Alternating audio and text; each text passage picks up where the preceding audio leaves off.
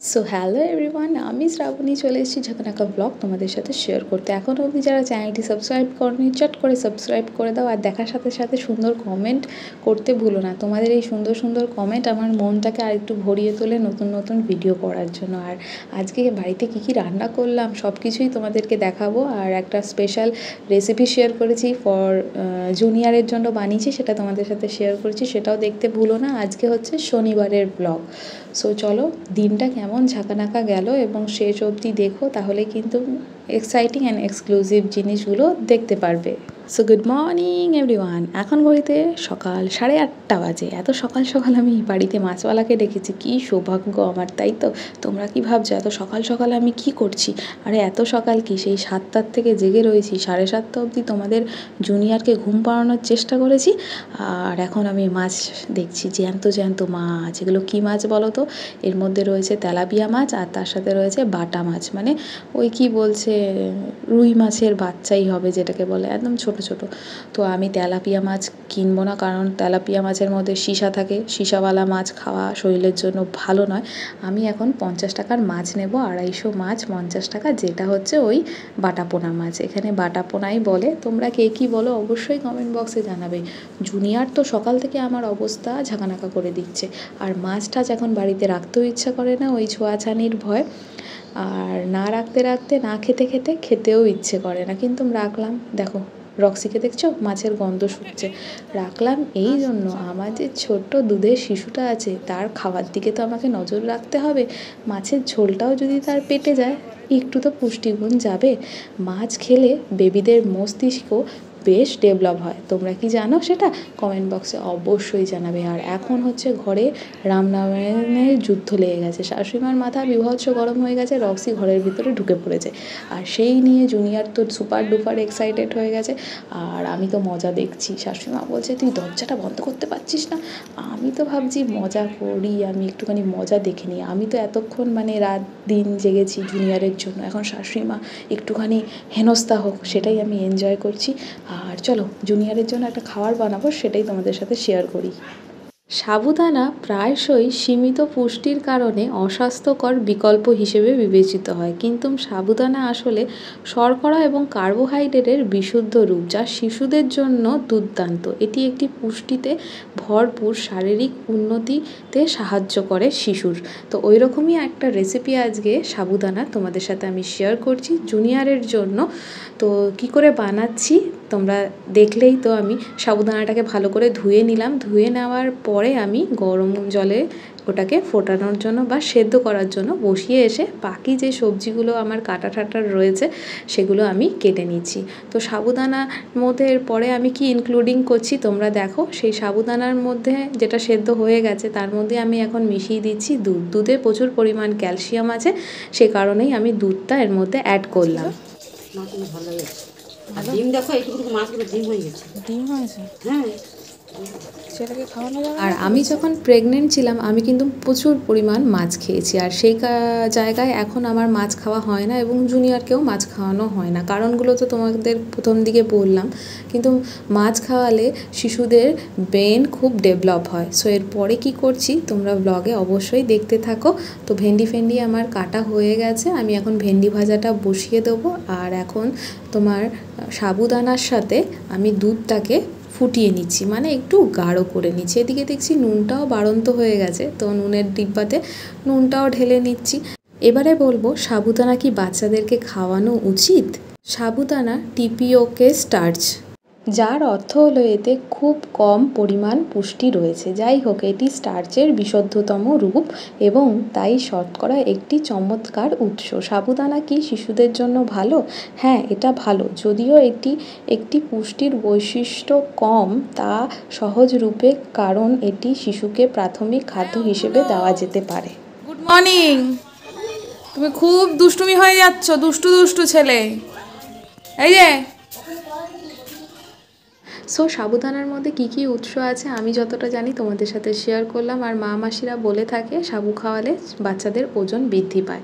আর এই দিকে দেখো আমি ভেন্ডিটা ভাজা বসিয়ে দিয়েছি, মানে অলমোস্ট হয়েই গেছে। আর এদিকে আজকে যেহেতু একাদশী, ওই জন্য শাশুড়ি মার জন্য এখানে হচ্ছে ডাল, মুগ ডাল আর হচ্ছে তোমার ডালিয়া আমি ধুয়ে রেখে দিয়েছি আর এখানে সবজিটাও কুটে রেখে দিয়েছি। তো এখন বানাবো হচ্ছে ডালিয়ার খিচুড়ি শাশুড়ি মার জন্য, যেহেতু আজকে একাদশী।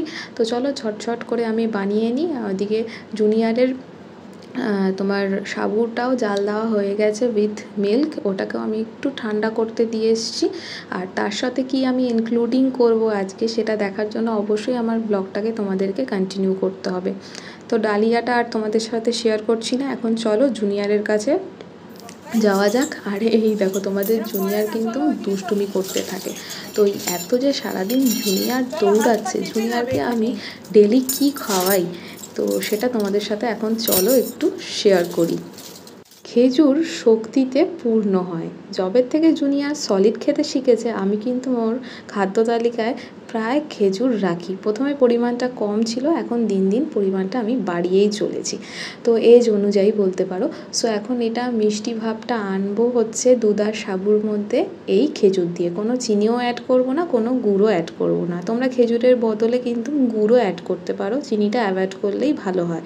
তো খেজুর এটা একটি দুর্দান্ত খাদ্য উপাদান। এগুলি লোহা, calcium, sodium, phosphorus, magnesium, potassium এবং জিঙ্কের মতন খনিজগুলি এটি একটি ভালো উৎস বলতে পারো। সো এর মধ্যে আরও ভিটামিন, মিনারেলস সব কিছু ভরপুর রয়েছে, তাই জন্য কিন্তু খাদ্য তালিকায় খেজুরটা রাখাও খুব দরকার। তো এইভাবে কিন্তু তোমরা একটা সকালের ব্রেকফাস্টে হিসেবে বা বিকেলের স্ন্যাক্স হিসেবে দুধ, সাবু, খেজুর দিয়ে একটা রেসিপি করে তোমাদের বাচ্চাদেরকে দিতে পারো।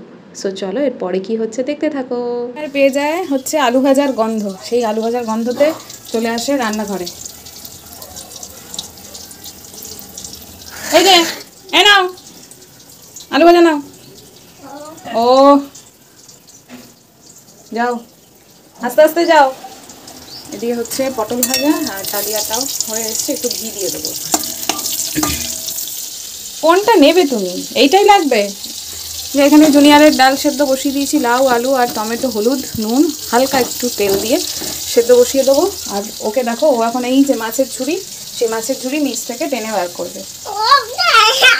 ওই ঝুড়িটাই ওর লাগবে, ওই ঝুড়িটাই। কোথায় গেল ঝুড়িটা? লুকিয়ে দিয়েছি যা। আর এখানে কুকারটা করে খুবই ডিস্টার্ব, কখনো ঠিকঠাক লাগে আবার লাগে না। আর জুনিয়রকে দেখো এখন এই যে ঝুড়ি নিয়ে আবার নিচে বসে পড়েছে। সো প্রায় 1 মাস পরে বাড়িতে মাছ রান্না হচ্ছে। আর এইদিকে দেখো কিছু আলু আর হচ্ছে পটল আমি ভেজে নিচ্ছি। মাছের ঝোলটা একদম হালকাভাবে বানাবো যাতে জুনিয়রও খেতে পারে। এরপরে জুনিয়র কি করছে দেখতে থাকো। এটা কি? এটা কি? এটা কি? ফিশ? হ্যাঁ এটা কি? কি এটা? এটা কি? Fish fish fish. সো এখন আমি ঝাঁকানাকা করে মাছগুলো ভেজে নিচ্ছি। জুনিয়র আমার পিছন পিছনই ঘুরতে থাকছে। জুনিয়র কিন্তু ফিশ বলতে শিখে গেছে। তোমরা কি বুঝতে পারলে ওর আদো আদো ফিশ বলা? যাই হোক, এদিকে মাছগুলো ভেজে নিচ্ছি। বড়মশাই অফিসের জন্য বেরিয়ে যাচ্ছে। ঢেঁড়স ভাজা, আলু ভাজা আর জল ঢালা ভাত খেয়েই জুনিয়রের বাবা এখন চলে গেল অফিসের জন্য। আর এরপরে কি জুনিয়রকে টেক কেয়ার করার পালা আর ঘরের সব যুদ্ধ সালটে নেওয়ার পালা। তো আজকে যেহেতু রান্নার চাপ কম, মানে শাশুড়িমা ভাত খাবে না বলে আর কোনো সবজি রান্না করছি না। এদিকে জুনিয়রকে দেখো খেলা করছে একা একা, আর সেই ফাঁকে চলো আমি ওর লেবুর রসটা বানিয়ে নিই। এখন 2টো করে মুসম্বি ওকে দিচ্ছি, কারণ রস অল্প অল্প হচ্ছে, লেবুর সাইজগুলো ছোট ছোট। সো চলো এরপরে কি হচ্ছে দেখতে থাকো। সো এখানে মাছ করার জন্য কালো জিরে সম্বার আমি দিয়ে দিয়েছি, ফোড়নে বলতে পারো বা সম্বার বলতে পারো। আর এই যে জুনিয়রের ফলের জুসও রেডি। এখন জুনিয়রকে ফলের জুসটা আমি দিয়ে দেবো। তো এখানে জুনিয়র এখন শুয়ে শুয়ে খাবে হচ্ছে ফলের রস। সো চলো, ওদিকে বড়মশাই তো খেয়ে বেরিয়ে গেছে, তোমাদেরকে বললাম। আর শাশুড়িমা দুধ কেলক্স খেয়ে নিয়েছে। আমার এখনও ব্রেকফাস্ট হয়নি, চিয়া সিডটা একটু দেরি করে খেয়েছি, তো এখন অবধি খিদে পাইনি। একটা রুটি খেয়ে নেবো। আর হচ্ছে চলো মাছের ঝোলটা মানে সেরে নিই তাড়াতাড়ি করে, রান্নাবান্না, তারপরে জুনিয়রকে তাড়াতাড়ি করে ঘুম পাড়াতে হবে। এখানে আগের থেকে আমি মশলা বানিয়ে রেখেছি। এর মধ্যে হলুদের গুঁড়ো আছে, টমেটো আছে, জিরের গুঁড়ো আছে আর লবণ। মিষ্টিটা এখনও দিইনি, ফোড়নটা ভাজা ভাজা হয়ে গেছে। মশলাটা আর এখন দিয়ে দেবো আগের থেকে ভেজে রাখা সবজিগুলো, আলু আর পটল। তোমরা ইচ্ছে মতন তোমাদের যেমন চাও সেমন সবজি দিতে পারো। আর রান্নার সাথে সাথে এখন এই তোমার কিচেন কাউন্টারটাকেও আমি সাফ সুতরা করে নেবো, তাহলে আমারই কাজের সুবিধা হবে। দুনিয়াকে একটু আমি সময় দিতে পারবো। ওই জন্য হবে না, 1 কেজি অন্তত দাও ভালো দেখে। তো সবজিওয়ালা এসছে, এখন আলু ঠালু একদম সব পচা লেগেছে, রোজ রোজ কেনা হচ্ছে। কিচেন কাউন্টারটা রান্নার পরে রোজ এইভাবেই আমি সাফ সুতরা করে নিই, তাহলে কি বলো তো ওই সবসময় মানে মাসে একবার করে ডিপ ক্লিন করার প্রয়োজনটা অতটা পড়ে না। তো চলো এখন এটা করে নিই, আর তার সাথে তোমাদের সাথে মাছের রেসিপিটাও দেখাই। চলো, তারপরে জুনিয়রকে দেখে মনে হচ্ছে জুনিয়র এক্ষুনি ঘুমিয়ে পড়বে, কী হবে বুঝতে পারছি না। তো চলো তাড়াতাড়ি করে সব কাজকর্ম সেদিন হয়েই গেছে, আজকে রান্না বান্না আমার এবেলার, আবার রাতের মতো। তো শাশুড়িকে বললাম অল্প করে আলু নিয়ে নাও, ওই আলুই আনতে গেছে। তো চলো রান্নাটা কমপ্লিট করে নিই। মাছের ঝোল এখানে টকবক করে ফুটছে, মাছগুলো দিতে হবে, কিন্তু আমি কাউন্টারটা পরিষ্কার করতে করতে কিচেন কাউন্টারটা এইদিকে আমি আওয়াজ পাচ্ছি যে কি হচ্ছে। এই দেখো দেখো গোপুর বাতাসা নিয়ে উনি এখন খেলা করছে। এই যে আমাদের সুন্দর গোপু, মিষ্টি লাগছে না গোপুকে দেখতে খুব?